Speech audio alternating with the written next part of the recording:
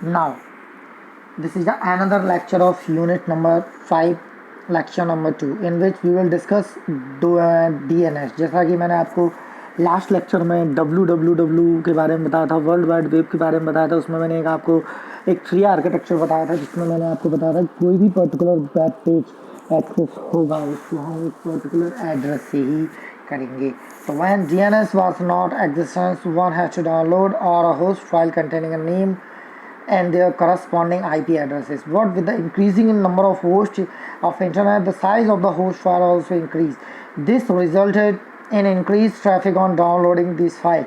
To solve this problem, the DNS file was introduced. DNS की अगर बात करें तो DNS जो पुराने समय में हम लोग इंटरनेट यूज़ करते थे तो वहाँ लिमिटेड यूज़र रहा करते थे, लेकिन यहाँ number of host number systems बहुत सारा एवरोपली तरीके से बढ़ रहे हैं, है ना। फ्रिक्वेंटली तरीके से वो चीज़ें बढ़ रही हैं, तो हमें डोमेन नेम सिस्टम से हमें इनको इंट्रोड्यूस करना पड़ता है। कहीं ना कहीं डोमेन नेम सिस्टम क्या करता है? Domain name system helps to resolve the host name to an address. It uses the hierarchical naming schemes and distributed databases of IP address and associated names. IP address is a unique logical address assigned to a machine over a network. An IP address exhibits the following properties.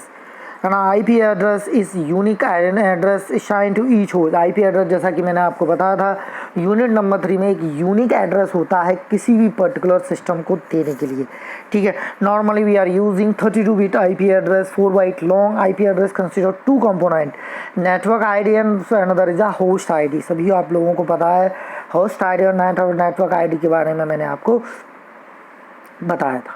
Each of the 4 bytes is represented by a number of 0 to 2555 separated with dot. For example, 137.170.4.4.124. This is the IP address of particular system. IP address is 32-bit number, while on the other hand, domain name are easy to remember names.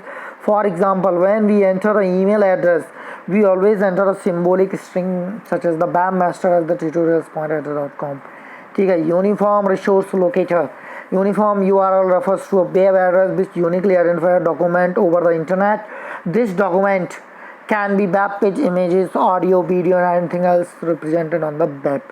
An example for URL type की बात करें, there are two form of URL are listed below: absolute URL, relative URL। absolute URL के बारे में बात करें तो this is a complete address of URL resource of the web. This completed address comprises of protocol use, server name, path name, file name। जैसा कि मैंने आपको बताया था कोई भी हम complete address बनाते तो उसमें सर्वर नेम होगा, है ना, क्योंकि विदाउट सर्वर नेम हम कैसे उसको फाइंड आउट कौन सी हम प्रोटोकॉल यूज़ कर रहे हैं उसको भी कहीं ना कहीं मुझे मेंशन करना पड़ेगा, पाथ देना पड़ेगा, फाइल नेम देना पड़ेगा, ठीक है। HTTP is the protocol and is the server name. Index HTML is the file name. The protocol part tell the web browser how to handle the file. Similarly, we have some other protocols also that can be used to create URL, है ना। FTP protocol हम use करते हैं file transfer, HTTPS use करते हैं, GOFA use करते हैं, Mail2 use करते हैं, news. These are the some basics protocol used in the some domain name system. Relative URL की अगर बात करें तो relative URL is a partial algorithm address of the web pages. Unlike absolute URL, the protocol and server part are the omitted from relative URL. Relative URL are used for internal links, that is create link to file that are part of the some website as the web pages on which you are placing the link, ठीक है। इसके बाद आप देखिए difference की अगर मैं बात करूं, difference between absolute and relative URL की अगर बात करें तो this is the left hand side पे एब्सोल्यूट URL को बताऊंगा, देन रिलेटिव URL को मैं राइट साइड में बता रहा हूँ। Use to link web pages on the different websites, different websites पे वेब पेजेस को लिंक अप करने के लिए हम एब्सोल्यूट URL यूज़ करते हैं। Whereas in case of relative URL use to link web pages within the same website, एक ही सेम वेबसाइट में हम उनको यूज़ करते हैं, ठीक है। डिफ़िकल्ट टू मैनेज होता है, इजी टू मैनेज होता है। Changes when the server name और directory name changes remain same even of the we can change the server name as the directory name. Take time to access, comparatively faster to access, है ना। जो भी आपका absolute है वो आपका सम थोड़ा सा टाइम लेता है, जबकि जो आप इसमें यूज़ करते हो रिलेटिव में वो आपका कंपैरेटिवली फास्टर होता है।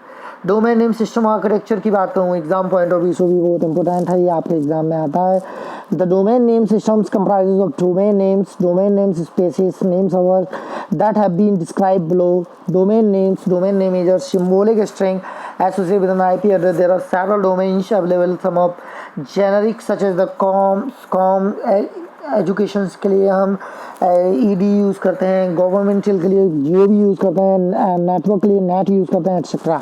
While some country level domains such as the AU in the JUS, these are the some country domain names जिनको मैं use. The following tables on the generic top level domains name commercial business के लिए हम use करते हैं। EGU आपका education के लिए यूज़ होता है, GOB आपका US गवर्नमेंट एजेंसी के लिए यूज़ होता है, INT इंटरनेशनल एंटिटी के लिए यूज़ होता है, military MIL networking organisation ORG non profit organisation के लिए हम यूज़ करते हैं।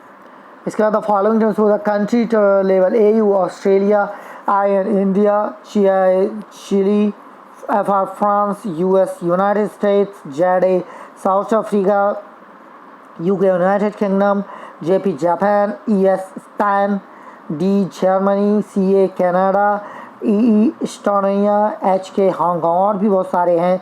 Domain name systems space refers to hierarchy in the internet name structure. The hierarchy has multiple levels 0 to 127 which are root at the top. The following diagram show the domain as the space. जो मैंने आपको बताया था ये आपका domain name हम उसमें use करते हैं। ट्री आर्किटेक्चर में आप देखिएगा कॉम GOB डॉट इन सबको एक मेरे तरीके से फॉर्मेट किया हुआ है। In the above diagram, each subtree represents a domain. Each domain can be partitioned into subdomains, and these can be further partitioned and so on. Name server contains the DNS database. The database comprises the various names and their corresponding IP address. Since it is not possible for a single server to maintain entire DNS database, therefore the information is distributed among the many DNS. है ना। Jones की बात करें, John is a collection of node सब domains. John जो होते हैं, John में हम डिवाइड करके रखते हैं। The server maintain a database called John, जिसमें डेटाबेस हम उसको मेंटेन करते हैं अलग अलग। उस पर EDU के लिए एजुकेशन के लिए हम अलग डेटाबेस यूज़ करेंगे, स्टैनफोर्ड, UMU, वार्कले, इसके बाद CS वार्कले, ये आपके अलग अलग जॉन में मैंने इनको डिवाइड करके रखा है। The domain is not further divided into sub domains than domain and zone offers to the same thing, है ना, वो एक ही चीज़ होंगे उसमें। टाइप ऑफ नेम सर्वर की बात करें, following of the 3 categories of name servers, root servers, primary servers and secondary servers. Root servers means is the top level of servers which consist of entire DNS tree, जो top level पर रहता है। Primary server store the file about zone के बारे में जो information रखता है। सेकेंडरी सर्वर जो रहता है transfer complete information about zone from another server which may be primary or secondary server. The secondary server does not have authority to create or update a John file. ठीक है, thank you.